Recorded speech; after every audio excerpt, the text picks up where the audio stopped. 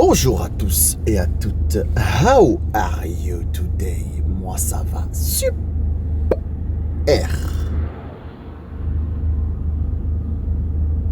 Micro-entreprise, SARL, EURL, SAS, SASU. C'est quoi tout ce bordel? Je comprends rien. Et moi j'étais dans ce cas-là aussi quand j'ai commencé. Je ne savais pas quel statut prendre et pourquoi et les avantages et les inconvénients de tous. Donc dans cette vidéo, on va essayer d'expliquer en gros, parce que je répète, je ne suis pas comptable, ni expert comptable, ni dans le juridique, ni rien du tout. Je vous retransmets mes petites connaissances à ce propos.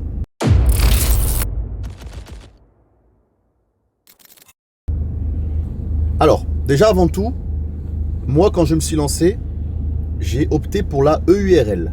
Pourquoi la EURL? Parce que c'était la forme où tu payes le moins de charges sociales. Je vais m'expliquer juste après le pourquoi du comment. On va d'abord expliquer qu'est-ce que c'est la différence entre les statuts, micro-entreprise, SARL, EURL, SAS, SASU. Déjà, pour vous expliquer un peu en gros, la SARL et la EURL, il y en a beaucoup qui ne savent pas, mais c'est la même chose. SARL, EURL, c'est la même chose. C'est juste que la EURL, tu es tout seul dans ta société. Le U qui veut dire unipersonnel. Donc, SARL, EURL, même forme.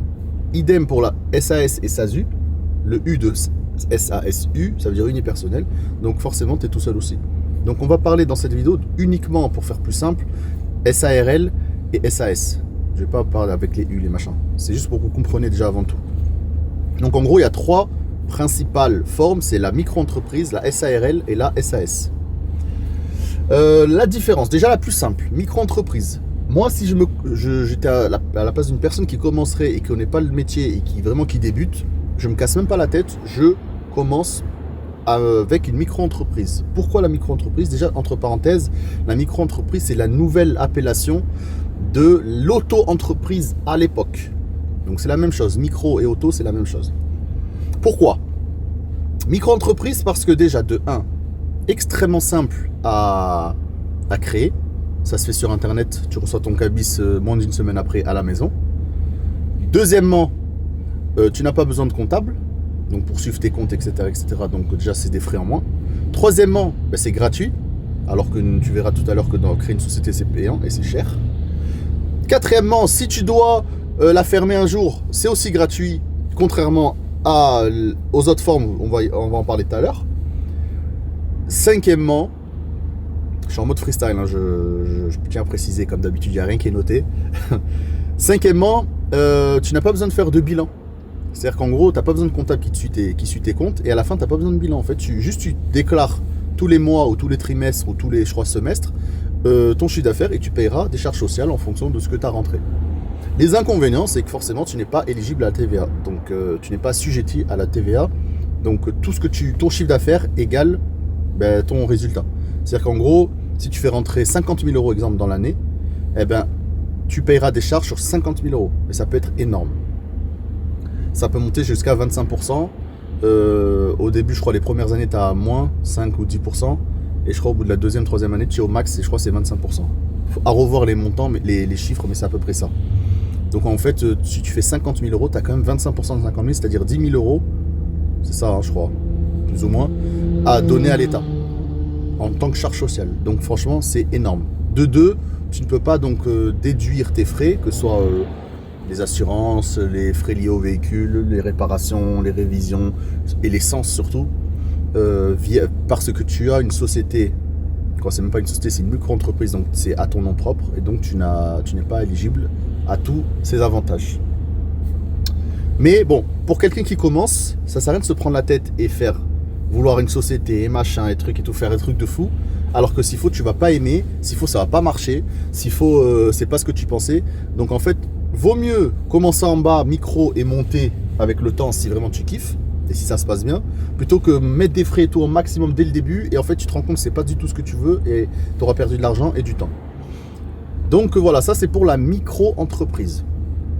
Deuxièmement, donc maintenant on va passer aux sociétés de type moral, donc SARL et SAS. C'est deux statuts différents Il n'y en a pas un mieux que l'autre. Ils sont juste différents et chaque statut sera adapté à chaque situation. C'est-à-dire, je te donne un exemple. Quand tu es en SARL, tu es travailleur indépendant. Donc tu dépends de l'URSSAF et donc tu payeras des charges sociales en fonction des salaires que tu te fais. Tu peux te faire un salaire un mois à 1 000 euros, le deuxième mois à 5 000 euros, le troisième mois à 0, etc. Et ça peut varier comme ça. Parce qu'en fait, tu es indépendant, tu es 100% indépendant. Tu n'es pas du tout lié au salariat. Contrairement à la SAS, là, tu es salarié de ta propre société. Si tu es tout seul, tu es président salarié de ta propre société. Et là, tu es censé avoir des fiches de paye, même qui sont à 0 tout le long ou à 1 000 euros tout le long. Mais tu peux pas jongler entre 1 000 euros, 5 000, 2 000. En fait, tu es censé avoir des fiches de paye et avoir un salaire régulier. Ça, c'est les deux différences. Maintenant, on va parler de la SARL. Donc la SARL, comme je disais tout à l'heure, elle est équivalente à l'EURL, sauf que URL, tu es tout seul, SARL, tu as des associés au moins un.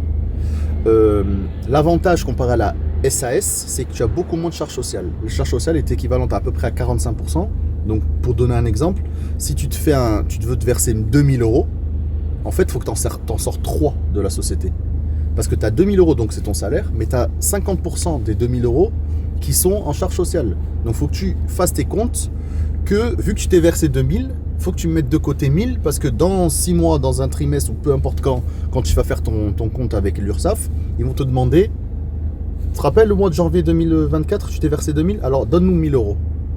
Après, idem pour février, ça sera toujours pareil. Tu paieras toujours 50% de tes charges sociales, de ton salaire, à l'URSSAF. L'avantage de la SARL contrairement à la SAS, c'est que la SARL, tu as que, entre guillemets, 50% de charges sociales. Tu verras tout à l'heure quand je vais te parler de la SARL, la SAS est beaucoup plus élevé. Autre avantage de la SARL, donc, c'est que, donc, les charges sociales sont que à 50%.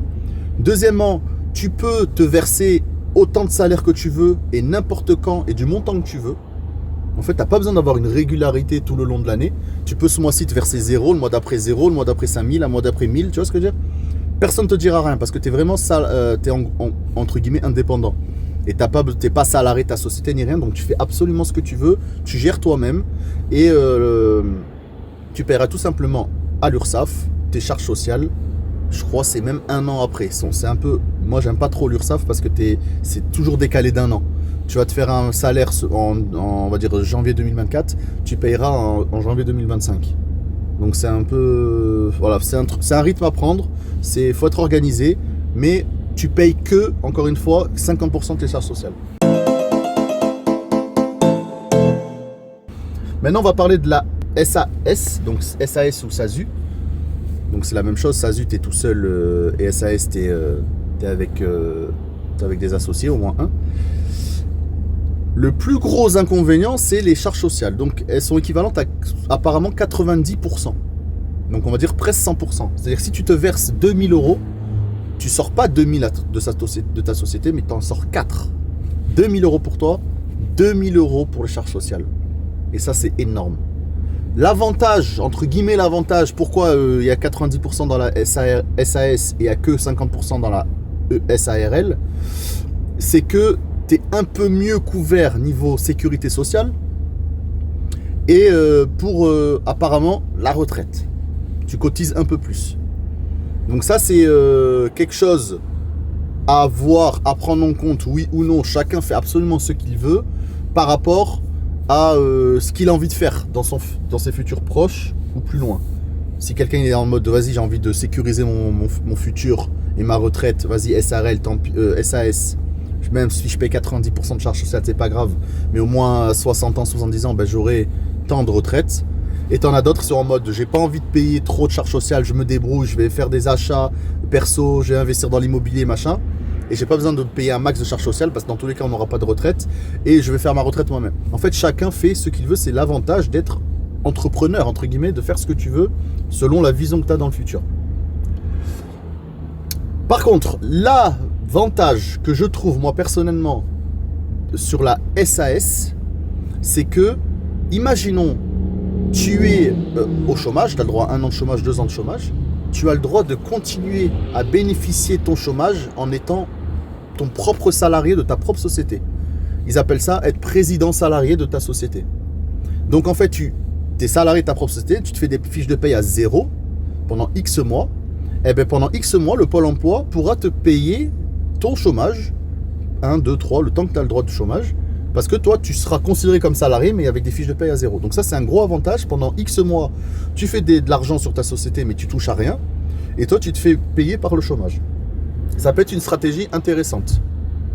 Maintenant, on va parler de la chose la plus importante et la plus intéressante, et c'est celle que j'ai fait. Il y a beaucoup de personnes qui ne connaissent pas, et ça commence à peine à être de plus en plus connu, parce que même le gouvernement, ils sont pas trop, c'est un peu flou sur ce point-là. C'est le statut que j'ai opté, d'avoir une SAS, donc SASU, parce que je suis tout seul, à l'impôt, pas société, donc pas l'IS, mais à l'IR, impôt revenu. Tu vas me dire qu'est-ce que c'est la différence? Bon, perso, je ne connais pas à 100% vraiment la différence entre les deux. Juste que l'impôt société, ben en fait, tu es imposé sur ta société, logique, et l'IR, tu es imposé sur tes revenus. Donc je m'explique. Quand tu optes pour cette option-là, c'est vraiment une option à faire uniquement, en fait, il y a beaucoup de conditions. Elle est valable uniquement à la création de ta société, donc SAS, et elle est valable uniquement 5 ans. Imaginons que tu viens de créer ta société SAS maintenant et tu as envie d'opter pour cette option impôt revenu, tu as le droit. Donc tu as le droit à cette option IR pendant tes 5 prochaines années. Je vais t'expliquer après c'est quoi les avantages. Deuxième cas de figure. Imaginons que tu as déjà ta SAS, ça fait déjà 3 ans qu'elle est créée et tu as envie d'opter pour l'option impôt revenu, donc l'IR, eh ben, il ne te restera que 2 ans malheureusement. Parce que tu as déjà gâché entre guillemets 3 ans de ta société. Moi ce que j'ai fait, vu qu'avant j'étais en SARL, donc EURL comme j'ai dit tout à l'heure, du fait que je suis passé de la SARL à la SAS, ben, du coup je suis revenu à 0. Donc moi je peux bénéficier de mes 5 ans d'impôt de l'option IR. C'est un peu il y a beaucoup d'abréviations, c'est un peu du chinois peut-être pour certains. Écoutez bien, mais vraiment c'est important et ça vaut le coup d'apprendre. Si tu optes pour la SAS, donc SASU, encore une fois, je me répète, à l'option IR et non pas IS, parce que tu es automatiquement en IS. Mais si tu fais une demande, je crois que c'est au greffe ou je sais pas où, il faut voir avec ton comptable, pour passer à l'option IR, du coup, les avantages sont énormes, mais il y a un inconvénient. Je vais t'expliquer tout de suite ce que c'est. L'avantage, c'est que tu ne payes pas de charges sociales. Imaginons, tu veux te verser 1000 euros, 2000 euros, 10 000 euros, tu peux te les verser, à partir du moment où c'est dans ton bénéfice, hein, bien sûr, tu ne peux pas être dans le négatif, parce que automatiquement, ton résultat qui reste sur ta société, donc ton bénéfice, devient tes revenus. Imaginons, tu as fait 100 000 euros à l'année, il te reste 50 000 euros de bénéfice, eh bien, ces 50 000 euros sont considérés comme du revenu. Donc forcément, tu payeras des impôts, donc l'impôt revenu, l'IR, sur ton bénéfice, sur ton revenu, donc tout ce qui reste sur ta société. Donc d'un côté, c'est bien si tu fais tes calculs pour avoir du bénéfice pour bien vivre toute l'année, mais pas trop non plus, parce que sinon tu vas te faire assassiner par les impôts. D'un autre côté, la contrepartie de cette IR, c'est que vu que tu ne payes pas de charges sociales, eh ben, tu n'as plus le droit à la sécu sociale. Je vais t'expliquer juste après. Il y a une petite option pour si tu veux quand même continuer à l'avoir. En fait, si tu te dis, vas-y, cette année, je suis jeune, grâce à Dieu, je suis en bonne santé et tout, je vais rarement chez le docteur, et vas-y, je vais pas aller à l'hôpital ni rien, j'ai pas besoin.